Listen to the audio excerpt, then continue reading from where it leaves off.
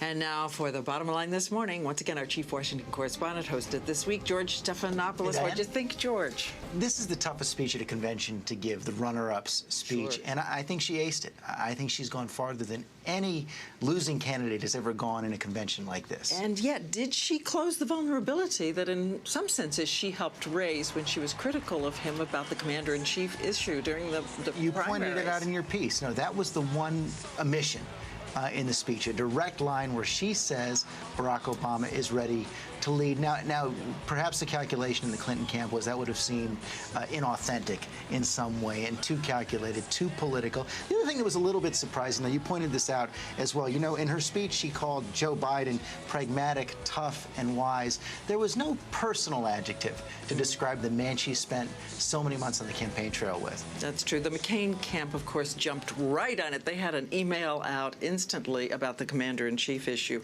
But I also want to go to her criticism of John McCain, because, again, it was not exactly directly at him. It was about his associations. And let's play a clip. It makes perfect sense that George Bush and John McCain will be together next week in the Twin Cities, because these days they're awfully hard to tell apart. The core strategy of Democrats for the rest of the way, all the way to the general election, is to tie George Bush and John McCain together. We are going to see pictures, that picture from conventions past of John McCain hugging George Bush, We're going to see George Bush and over. giving him that kiss on the forehead over and over and over again. All right, where does Senator Clinton go from here? Something I noticed last night, tell me if you think this was symbolic in any sense. She was alone on stage.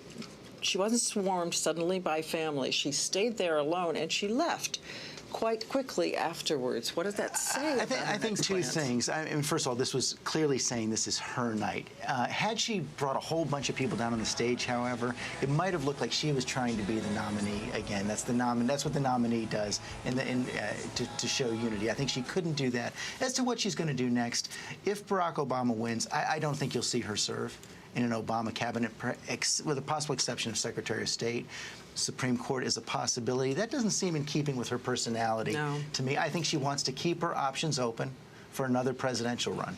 Let's talk about President Clinton, former President Clinton, going to speak tonight. What is he going to do, and why is he not going to be there for Barack Obama's speech? I think, first of all, tonight he's got to try to do what Hillary Clinton didn't do last night. He's got to try and validate Barack Obama as commander-in-chief. My guess is that he will not be, according to what we've heard at Invesco Field tomorrow night. He says he doesn't want to suck the oxygen out of the room.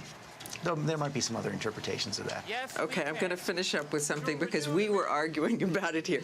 Do we have re-racked President Clinton from his seat up in the stands? We're disagreeing. You think he's saying what, Chris Cuomo?